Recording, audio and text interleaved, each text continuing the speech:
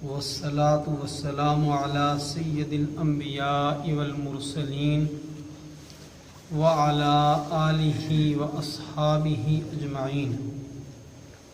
اللہم صلی علی محمد وعلى آل محمد کما صلیت علی ابراہیم وعلى آل ابراہیم انک حمید مجید۔ اللہم بارک علی محمد وعلى آل محمد کما بارکت علی ابراہیم وعلی آل ابراہیم انک حمید مجید۔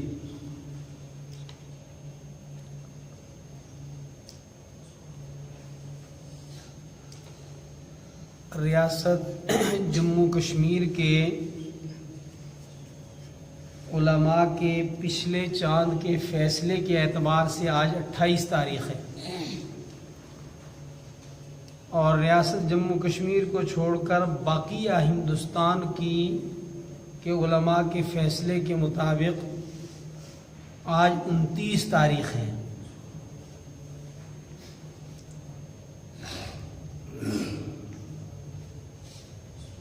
یہ اللہ تعالیٰ کا بے پایاں احسان ہے کہ اس نے زندگی میں ایک مرتبہ پھر ہمیں رمضان المبارک کے بالکل دروازے پر کھڑا کر دیا ہے، اور امید ہے کہ اللہ تعالیٰ اس ماہ مقدس کے شب و روز ہمیں نصیب کریں گے اس زندگی میں۔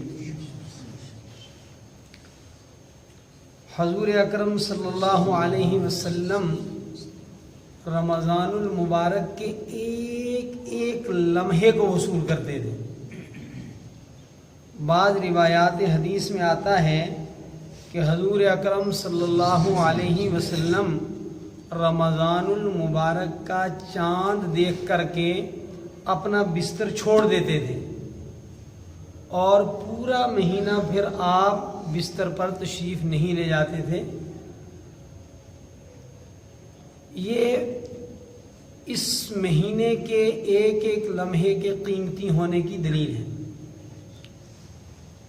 اور پھر اسلاف اور اکابر امت میں سے بہت سارے حضرات کے واقعات ہیں کہ عام جو معمول کے کام ہوتے تھے ان کاموں میں اور رمضان کی مصروفیات میں بالکل اچھا خاصا فرق محسوس ہوتا تھا۔ وہ لوگ، وہ اکابر علماء اہل اللہ کہ جن کے ہاں لوگ کثرت کے ساتھ ملاقاتوں کے لیے آتے تھے، تو رمضان المبارک میں اس کو موقوف کر دیا جاتا تھا کہ آپ عید کے بعد ملاقاتیں کریں گے۔ وہ اکابر علماء اللہ کے ولی کہ جن کے ہاں خط و کتابت کا ایک سلسلہ رہتا تھا، دور نزدیک سے لوگ ان کو خطوط لکھتے تھے، بس رمضان کا چاند دیکھتے وہ سلسلہ منقطع کر دیا جاتا تھا۔ اور حدیث میں اس کی فضیلت بھی ہے کہ انسان خود اپنے آپ کو بھی یکسو کرے، اور وہ لوگ کہ جن کے ماتحت کچھ لوگ کام کرتے ہوں، فرمایا ان کے کام کے بوجھ کو بھی کم کر دینا چاہیے رمضان المبارک میں، تاکہ زیادہ سے زیادہ عبادت کا موقع میسر آئے۔ حدیث پاک کے اندر ہے کہ بندہ رمضان المبارک میں نفلی عبادت کرے گا، عبادت تو وہ نفلی ہی ہوگی لیکن ثواب فرض کے برابر اسے ملے گا، اور فرمایا جو رمضان المبارک میں ایک فرض ادا کرے گا اسے 70 فرائض کے برابر ثواب دیا جائے گا۔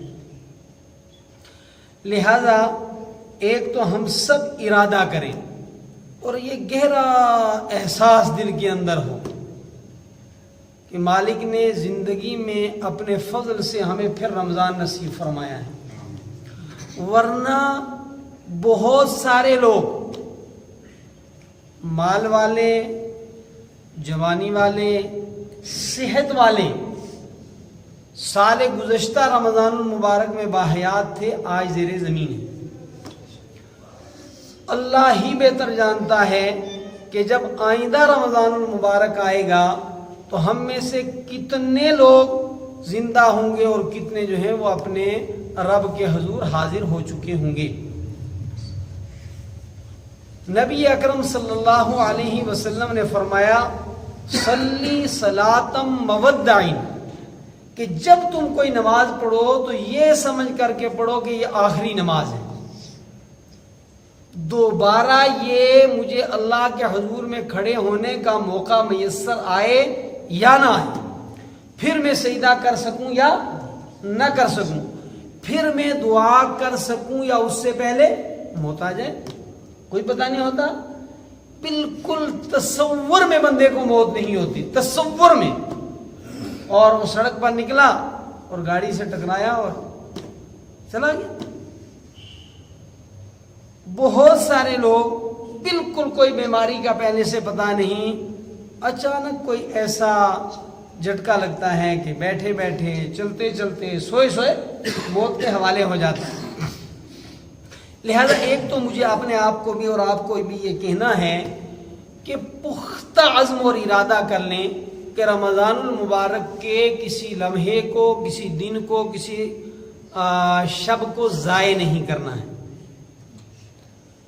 بہت بڑی بد نصیبی کی بات ہے کہ رمضان المبارک میں بھی لوگ اہل ایمان مسلمان نماز با جماعت کا اہتمام نہیں کرتے، اور معمول کی یہ چیز سمجھتے ہیں کہ چلو جی پڑھ لی تو پڑھ لی، بس روزے کا اتنا سارا ہمارے سماج میں رہ گیا ہے احترام کہ صبح سے شام تک کھاؤ پیو نا۔ یہ ٹھیک ہے، ایک قانونی بات ہے اور بہت ادنا درجے کا روزے کا حق آپ ادا کر رہی ہیں، ورنہ روزے کا حق یہ ہے، رمضان المبارک کا حق یہ ہے کہ بندہ تمام وہ چیزیں جو فرض ہیں بلکہ سنت ہیں مستحبات ہیں ان کو ادا کرے، اور تمام حرام مکروہات سے اپنے آپ کو بچا لے۔ فلہذا پہلے تو ہم سب یہ ارادہ کریں، ارادے سے بھی پہلے اس پر دل کی گہرائی سے شکر ادا کریں کہ مالک ایک مرتبہ پھر آپ نے ہمیں رمضان المبارک نصیب فرمایا، اور خاص طور پر جن حضرات کے ساتھ اللہ تعالیٰ کا احسان ہے کہ رمضان المبارک بھی نصیب فرمایا، مسجد کے ماحول میں ہیں، وہ مدرسے کے ماحول میں ہیں یا مسجد مدرسے کے پڑوس کے ماحول میں ہیں۔ بہت سارے جگہیں ایسی ہیں وہاں مسجد کا ماحول ہی نہیں ہے، دور دراز مسجد ہے، تو اس پر اللہ تعالیٰ کا شکر ادا کریں۔ بلکہ میں تو یہاں تک گزارش کروں گا کہ 2 رکعت شکرانے کی نماز پڑھنی چاہیے کہ اللہ تیرا شکر ہے، تیرا احسان ہے، تو نے ہمیں رمضان کی عبادات ایک مرتبہ پھر نصیب فرمائی۔ اور اس کے بعد دیکھیے دنیا کے اندر جو بھی کام کرتے ہیں لوگ وہ عزم کی پختگی کی بنیاد پر کرتے ہیں۔ میں بارہا آپ کو سمجھاتا ہوں کہ وہ سرکس والے وہ ایک موت کا کنواں لگاتے ہیں، دیکھا ہوگا آپ نے، اور موت کے کنویں کی منڈیر کے اوپر وہ موٹر سائیکل چلاتے ہیں۔ کتنا مشکل کام ہے۔ عمومی طور پر یہ کہا جاتا ہے نہیں جی وہ جادو ہے، نظر بندی ہے، ایسا کچھ نہیں ہوتا، وہ مشق ہوتی ہے ان کی، وہ حوصلہ ہوتا ہے ان کا، وہ ہمت ہوتی ہے ان کی کہ جہاں ہم تصور بھی نہیں کر سکتے وہاں وہ ماشاءاللہ موٹر سائیکل چلا رہے ہیں۔ تو کوئی نیک کام ہو، دین کا کام ہو، دنیا کا کام ہو، عزم، ارادے، ہمت اور حوصلے کے بغیر نہیں ہو سکتا۔ تو پہلا کام کہ اللہ کا شکر ادا کریں، دوسرا عزم ارادہ کریں کہ انشاءاللہ الرحمن ہم رمضان المبارک کے اندر مکمل اللہ کی اطاعت کریں گے اور مکمل اللہ رسول کی نافرمانی سے اپنے آپ کو محفوظ رکھیں گے۔ اس میں ایک اہم عمل جو ہے جو رمضان المبارک کے بغیر بھی ہے وہ ہے ایک مومن کے لیے نماز کا اہتمام۔ بارہا مجالس میں میں نے یہ نقل کیا، اور چونکہ بہت قیمتی بات ہے آپ کے سامنے بھی نقل کیے دیتا ہوں، اور وہ تمام لوگ جو سنتے ہیں وہ توجہ فرمائیں گے اس پر۔ حضرت عمر ابن خطاب رضی اللہ تعالی عنہ امیر المومنین ہیں، متعلقہ ریاستیں جو ہیں ان متعلقہ ریاستوں کے گورنروں کو خط لکھتے ہیں، اور خط کے اندر لکھتے ہیں ان اہم امورکم عندی الصلاۃ، فمن حفظها حفظ الدین ومن ضیعها فهو لما سواها اضیع.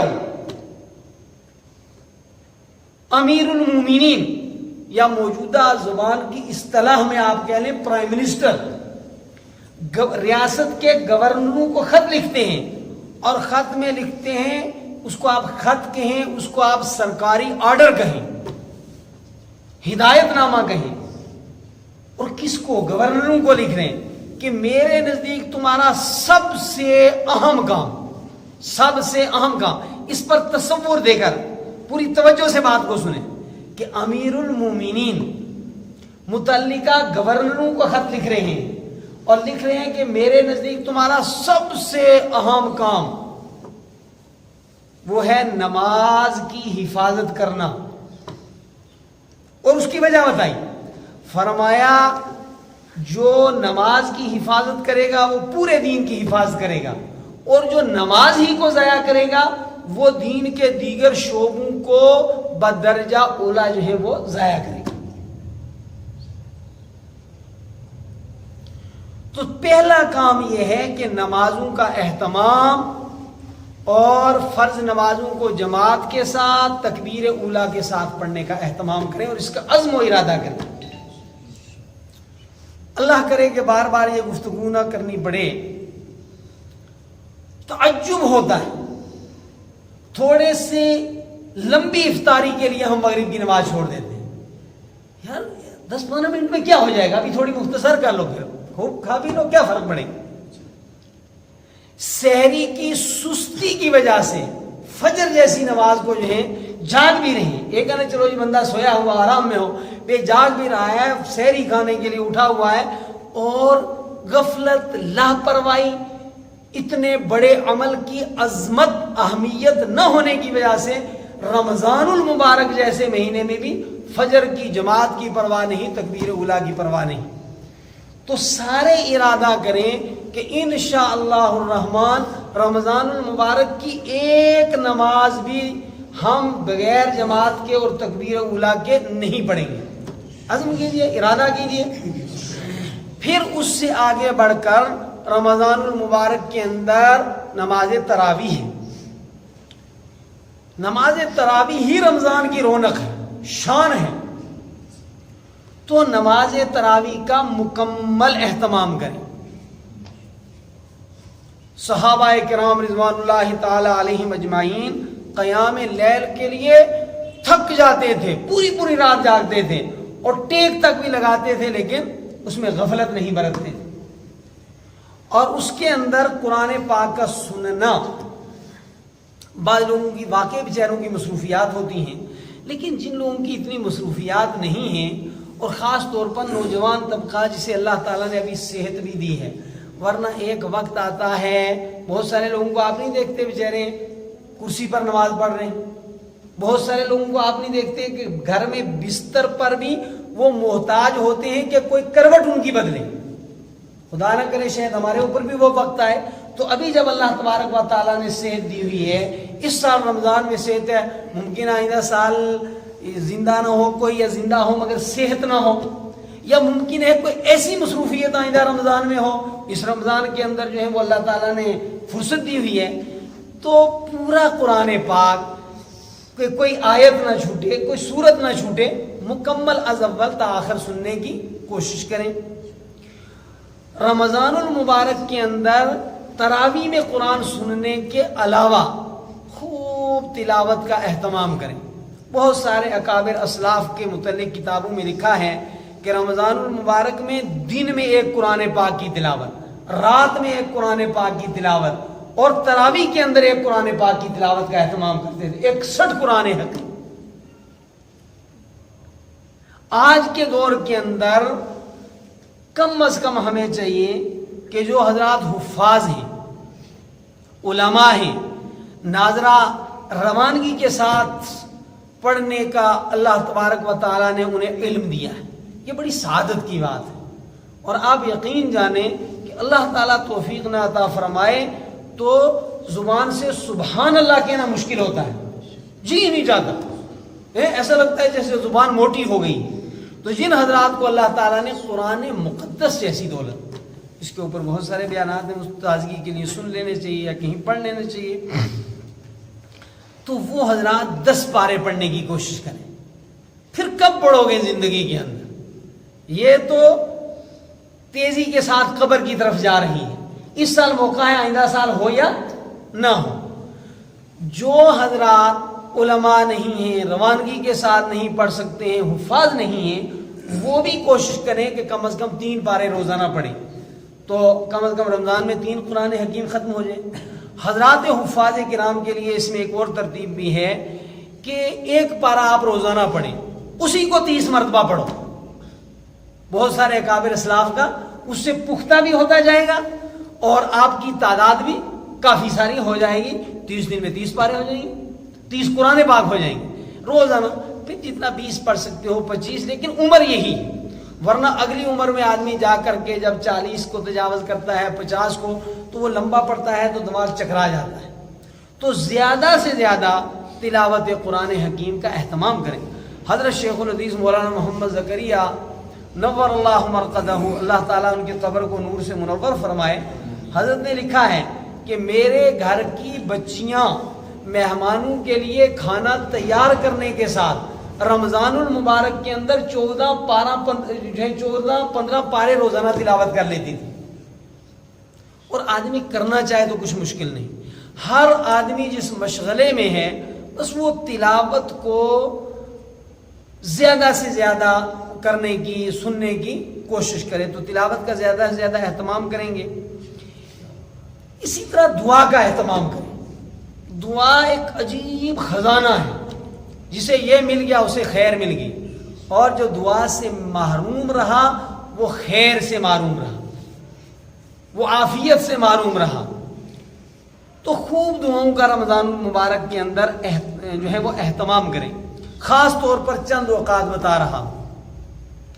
ایک تو افطاری سے گھنٹہ پہلے ہو سکے تو ماشاءاللہ، گھنٹہ نہ ہو سکے آدھا گھنٹہ، 15 منٹ، 10 منٹ، لیکن ضرور دعا کا اہتمام کریں. دوسرے، سحری کھانے سے پہلے 2 رکعت 4 رکعت حسب توفیق پڑھ کے، ہو سکے تو آدمی کو 8 رکعت پڑھنی چاہیے تہجد کی. خاص طور پر رمضان المبارک کے اندر رسول اکرم صلی اللہ علیہ وسلم کا یہ معمول لگ بھگ سال بھر کا ہوتا تھا.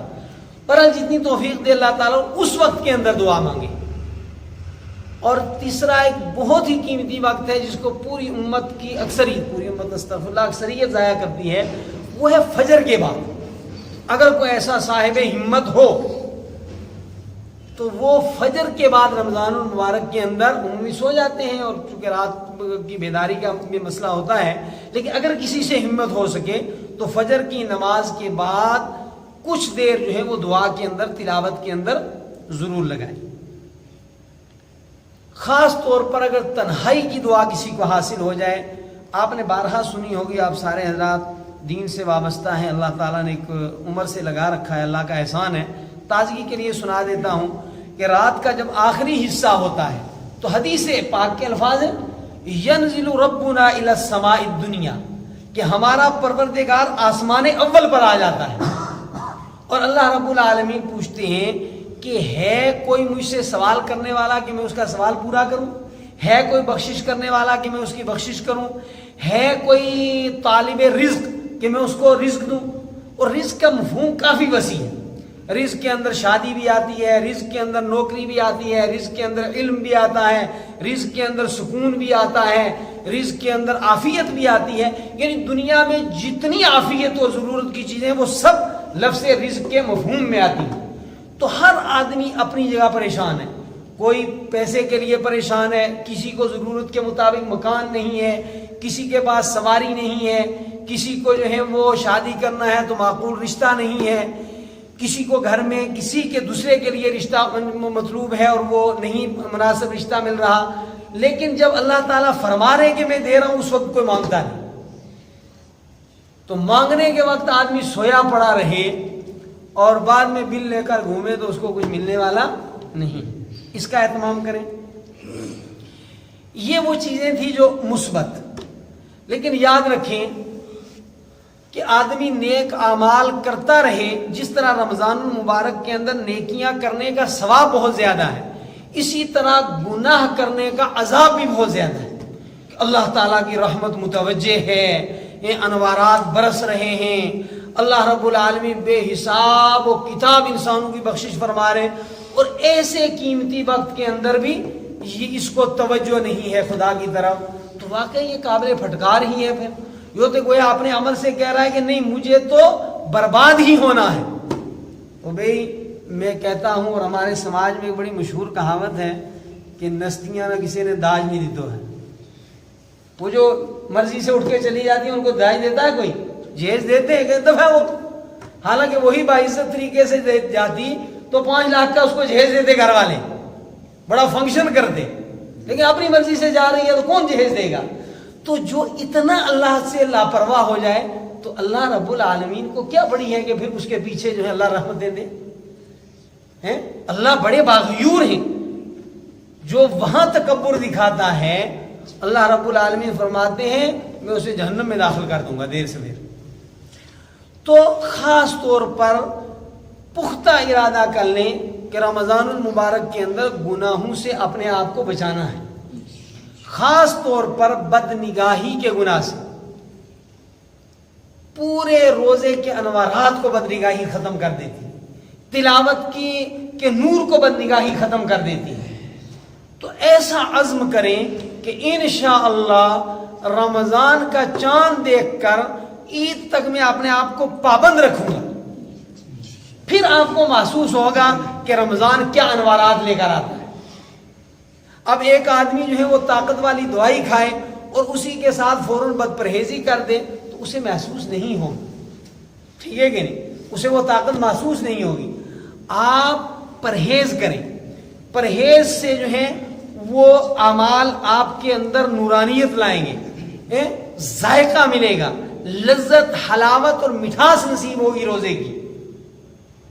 بہت مشہور ہے، مفتی شفیع صاحب رحمۃ اللہ علیہ کے حوالے سے سنایا تھا ایک مرتبہ کسی بزرگ نے کہ حضرت مفتی، ایک ہوتا ہے ایمان، یاد رکھیے ایک ہوتا ہے ایمان اور ایک ہے ایمان کی حلاوت. یاد رکھیں کہ ایمان ملنے کے بعد چلا جاتا ہے لیکن ایمان کی حلاوت ملنے کے بعد جاتی.